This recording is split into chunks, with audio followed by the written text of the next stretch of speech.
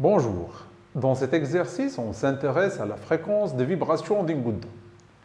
D'après l'énoncé de l'exercice, cette fréquence, la fréquence de vibration d'une goutte d'eau, peut s'écrire sous la forme suivante. F est égal à K fois R exposant A, ρ exposant B et taux exposant C. K, c'est une constante sans dimension. Ρ, c'est le rayon de la goutte. Donc on peut dire que la dimension de R, c'est une longueur. Ρ, c'est la masse volumique.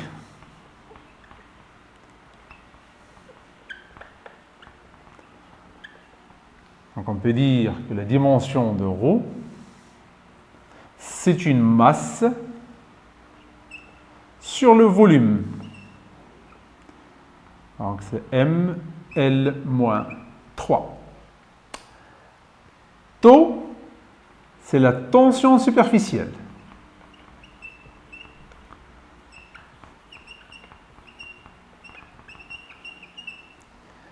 Il faut savoir que la tension superficielle est définie par une force par unité de longueur.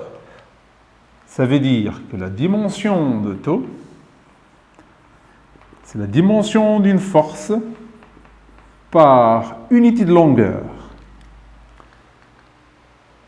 D'après la deuxième loi de Newton, on sait que la force est proportionnelle à l'accélération.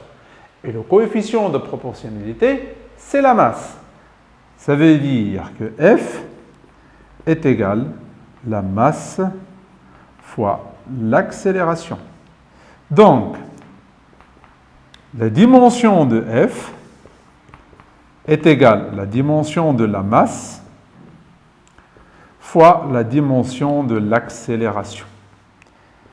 La masse, la dimension de la masse, c'est m. La dimension de l'accélération, c'est L témoin 2. Donc, on peut déduire maintenant la dimension de taux, qui est égale à la dimension d'une force, mL témoin 2, par unité de longueur, qui est L. Donc, la dimension de taux, c'est m témoin 2. On sait que F, c'est une fréquence. L'unité de la fréquence, c'est le Hertz. Par contre, la dimension de F, c'est T-1, seconde moins 1. Maintenant, on va faire l'analyse dimensionnelle sur cette équation-là. On sait que la dimension de F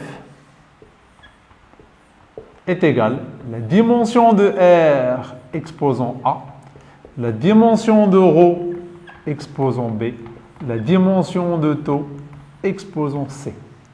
Remplaçons les dimensions par leur valeur. F, c'était -1.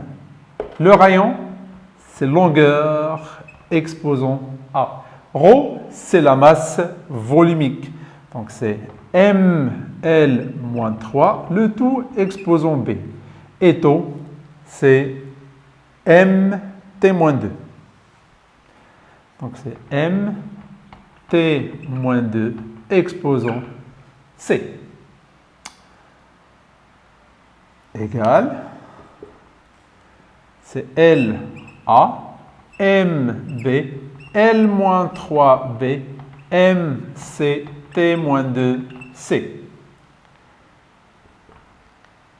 Ce qui nous donne, c'est L1-3B, MB plus C, et T-2C.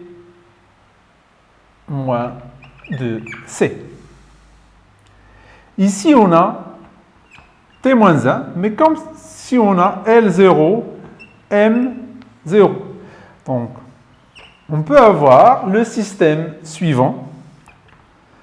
A-3B est égal à 0, B plus C est égal à 0, Et moins de C est égal à moins 1. Donc, pour trouver les valeurs de A, B et C, il suffit de résoudre le système suivant. On aura, à partir de cette équation, on sait que C est égal à 1,5. On sait que B est égal à moins C. Donc, B est égal à moins 1,5. À partir de cette équation, on a que A est égal à 3B, ce qui implique que A est égal à moins 3,5. Donc, on peut dire que l'équation de la fréquence de vibration d'une goutte d'eau peut s'écrire de la forme suivante. Donc, K, une constante, R exposant A, moins 3 sur 2, ρ exposant B, moins 1,5, et taux exposant C, 1,5. Donc la fréquence de vibration d'une goutte d'eau peut être obtenue en fonction du rayon de la goutte, de la masse volumique et de la tension superficielle. Vous pouvez télécharger l'énoncé et la solution de cet exercice à partir de la description de cette vidéo. Et pour plus de cours et d'exercices, je vous invite à visiter mon site web azmeni.ma. Et merci.